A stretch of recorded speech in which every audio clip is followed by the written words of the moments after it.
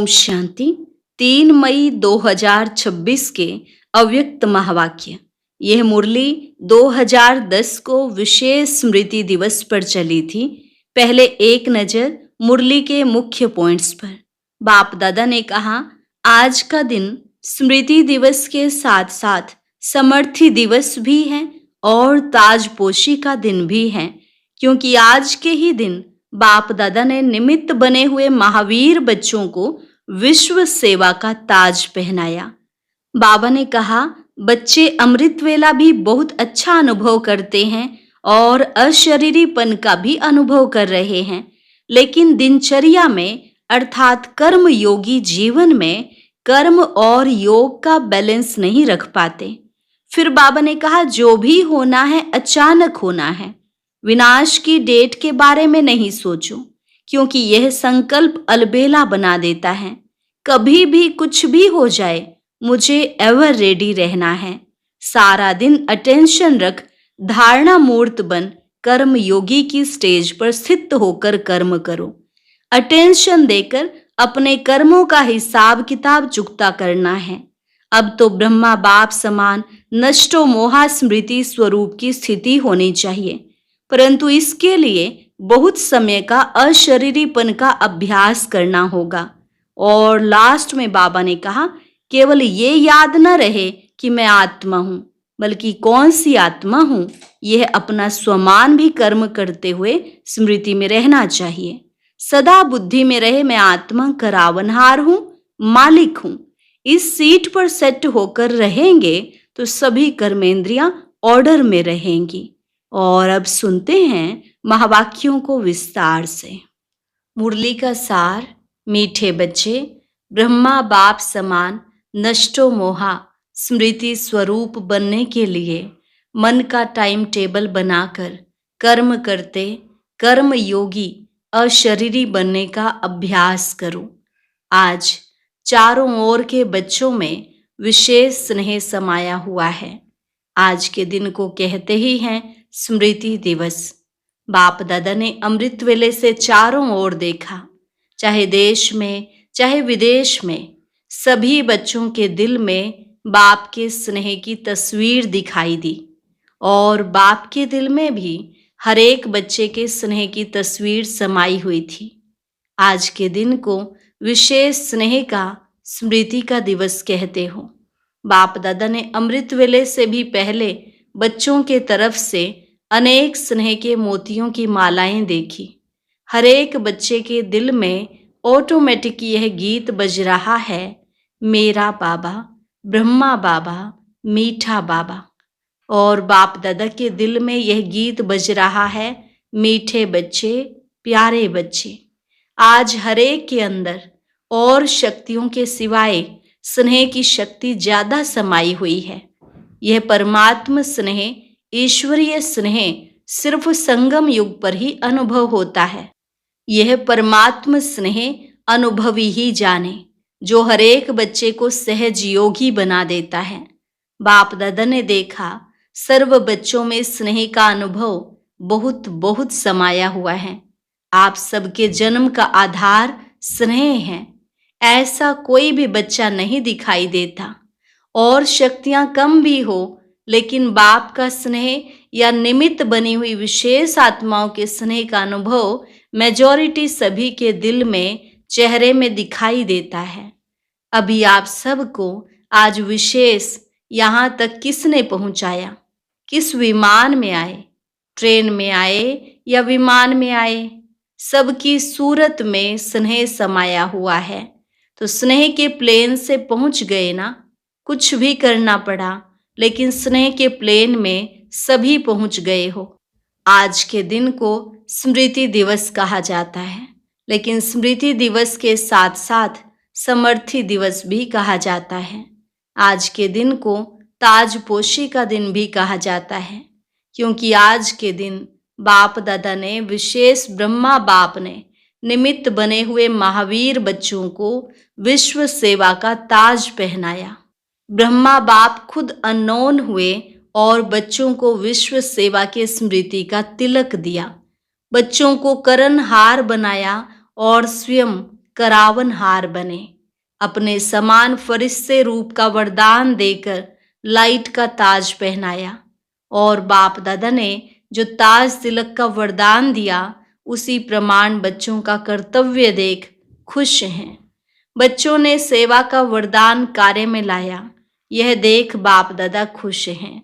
अभी तक जो पार्ट बजाया है और आगे भी बजाना है उसकी पदम गुना ब्रह्मा बाप विशेष मुबारक दे रहे हैं। वाह बच्चे वाह। विदेश में भी चक्कर लगाया तो क्या देखा, हर बच्चा स्नेह में समाया हुआ है।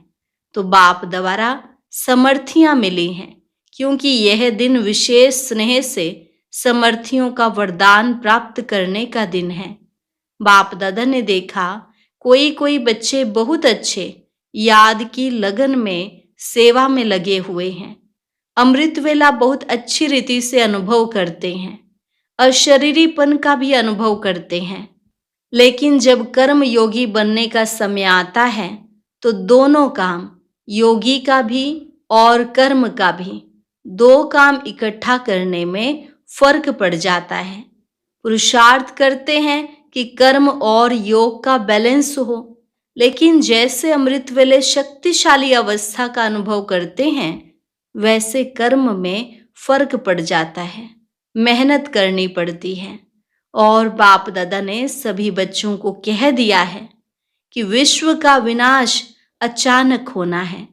अगर सारा दिन अटेंशन के बजाय किसी भी धारणा की कमी होने के कारण कर्म योग की स्टेज में फर्क आता है तो विश्व के विनाश की डेट तो बाप दादा अनाउंस नहीं करेंगे, लेकिन अपना जीवन काल समाप्त कब होना है यह मालूम है।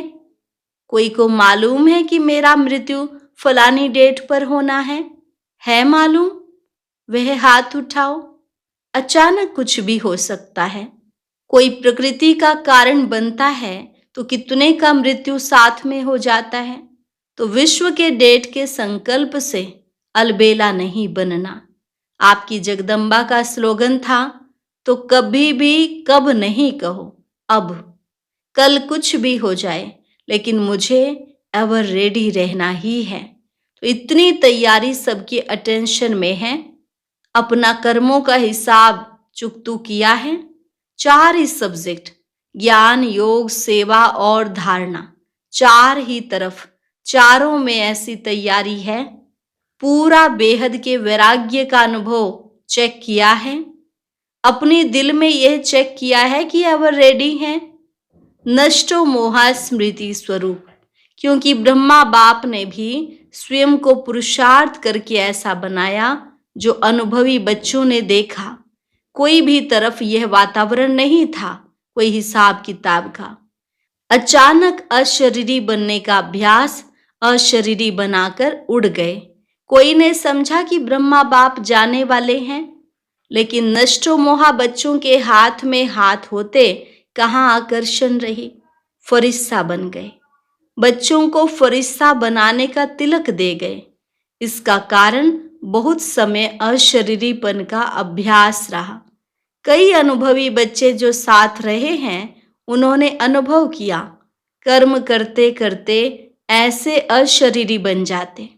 तो यह जो कर्म योग में अंतर पड़ जाता है, इसका कारण कर्म करते यह स्मृति में इमर्ज नहीं होता कि मैं आत्मा हूँ। यह तो सब जानते ही हैं, लेकिन मैं आत्मा कौन सी आत्मा हूँ? मैं करावनहार आत्मा हूँ और यह कर्मेंद्रियां करनहार हैं। यह करावनहार का स्वमान कर्म करते स्मृति स्वरूप में रहे। चाहे कर्मेंद्रियों से कर्म कराना है, लेकिन मैं करावनहार हूँ, मालिक हूँ। इस सीट पर अगर सेट हैं तो कोई भी कर्मेंद्रिय ऑर्डर में रहेगी। बिना सीट पर सेट होते कोई किसका नहीं मानता। तो करावनहार आत्मा हूँ, यह कर्मेंद्रियां करनहार हैं, करावनहार नहीं है। जैसे ब्रह्मा बाप का अनुभव सुना कि ब्रह्मा बाप ने शुरू में यह अभ्यास किया जो रोज दिन की समाप्ति के समय इन कर्मेंद्रियों की राज दरबार लगाते थे।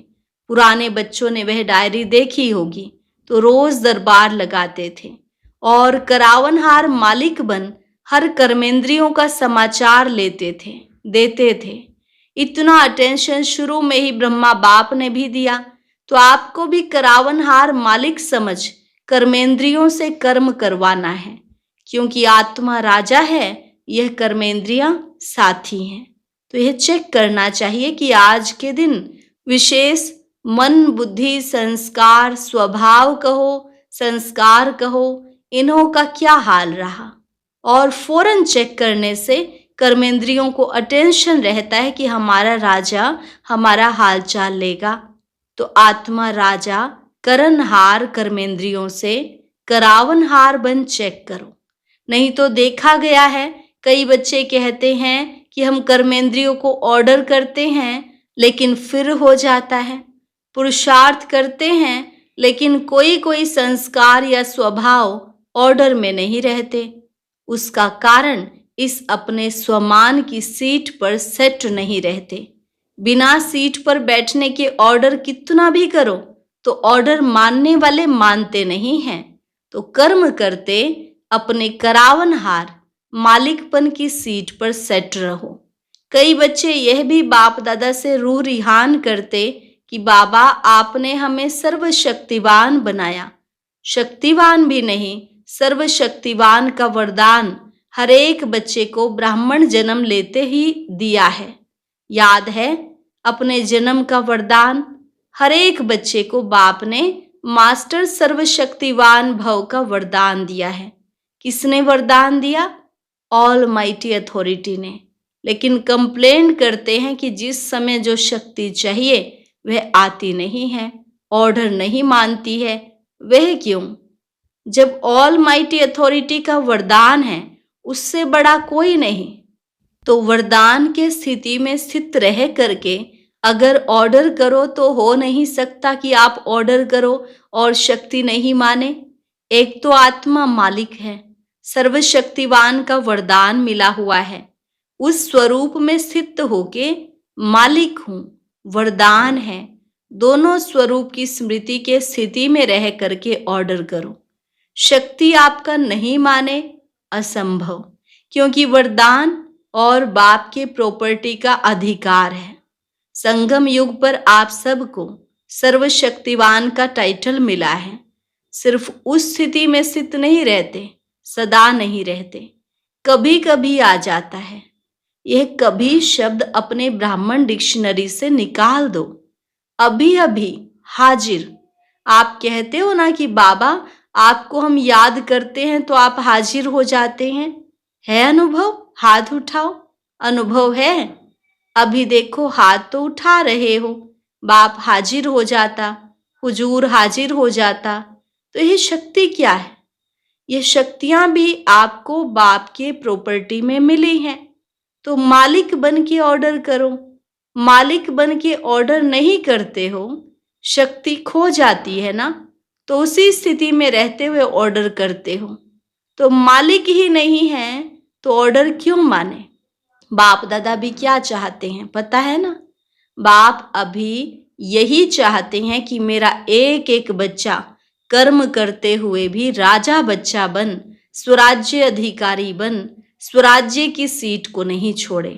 तो राजा सारा दिन राजा ही होता है ना, कि कभी राजा होता है कभी नहीं। तख्त पर बैठना या नहीं बैठना वह अलग बात है, लेकिन घर में भी रहते मैं राजा हूं यह तो नहीं भूलता।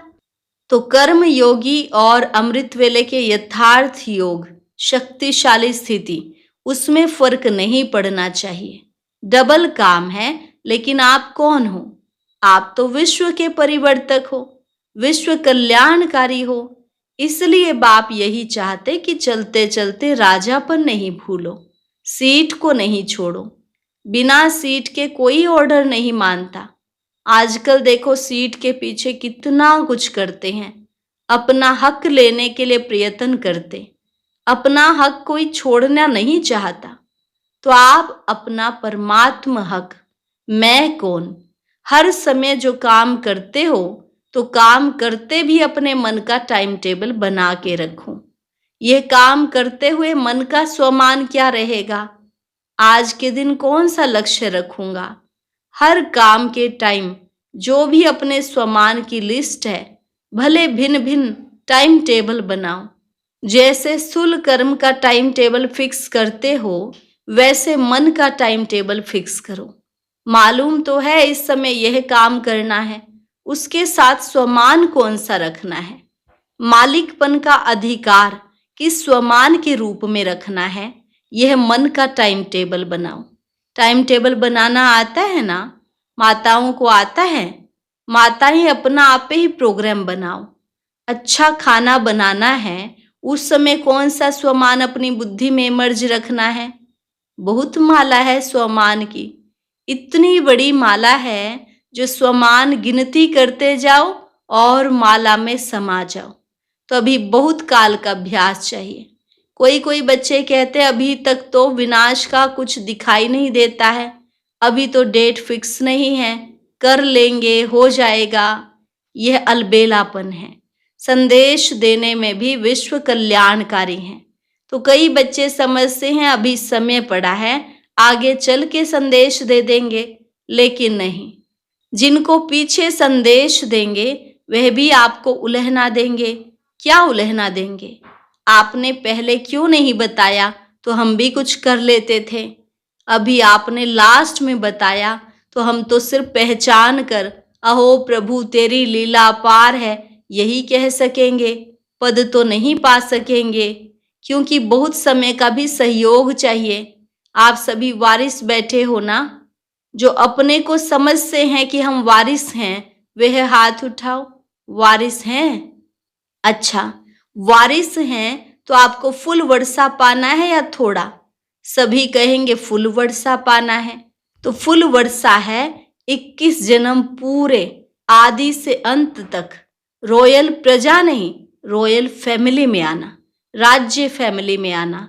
तख्त पर तो एक ही बैठेंगे ना, युगल बैठेंगे, लेकिन वहां की सभा जब भी लगती है तो रॉयल फैमिली के विशेष निमित्त आत्माएं वह ताजधारी बन के बैठते हैं, बिना ताज नहीं बैठते हैं। और हर कार्य में सलाह राय देने वाले, ऐसे नहीं कि सिर्फ वह राज्य करेगा, साथ में राय से ही करते हैं।